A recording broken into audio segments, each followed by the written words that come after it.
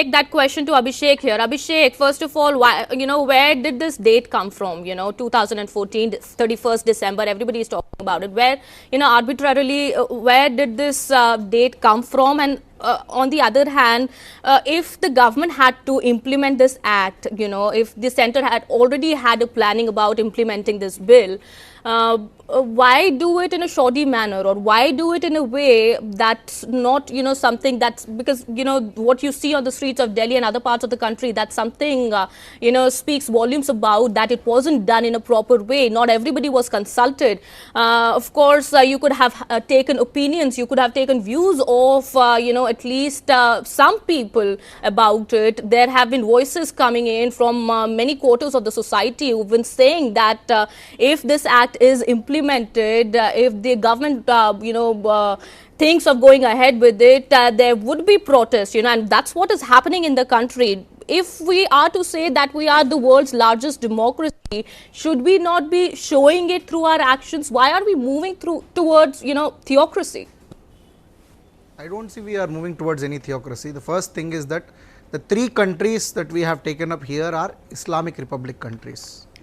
As Rajalakshmi ji has rightly pointed out, the minorities have been persecuted for the last 70 years in these countries, and we have now accepted them and we have given them, say, some sort of asylum, just like we have invited Parsis, just like we have invited Jews, just like we have a vibrant diversity of Christianity, Buddhism, Jainism and Hinduism and Sikhism.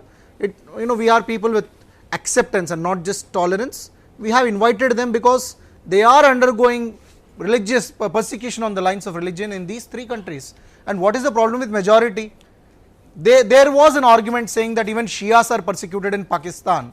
If Shias are persecuted in Pakistan, there is an entire Shia nation right adjacent to them. There is Iran, then they can go to Iran. They are free to go to Iran also. We have, in our limited capacity, in our thinking, we realize that these are the people whom we can accommodate at this juncture of time. And while selecting a date, there is a large amount of exercise which happens in the background. For the last 67 years or 60 years, we had a very complicated border with Bangladesh. We shared almost 50 plus enclaves with Bangladesh, enclaves of the order 1, enclaves of the order 2 and enclaves of the order 3. This is the government which sorted the dispute of the border. Okay. So there is an entire exercise which has happened in the past.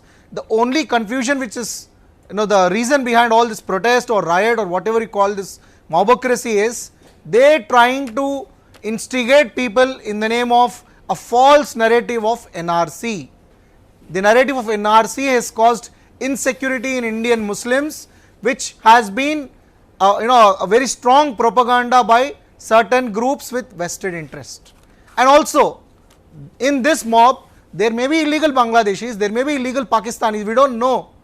So this law, the very purpose of the law is to filter out these people in the days to come.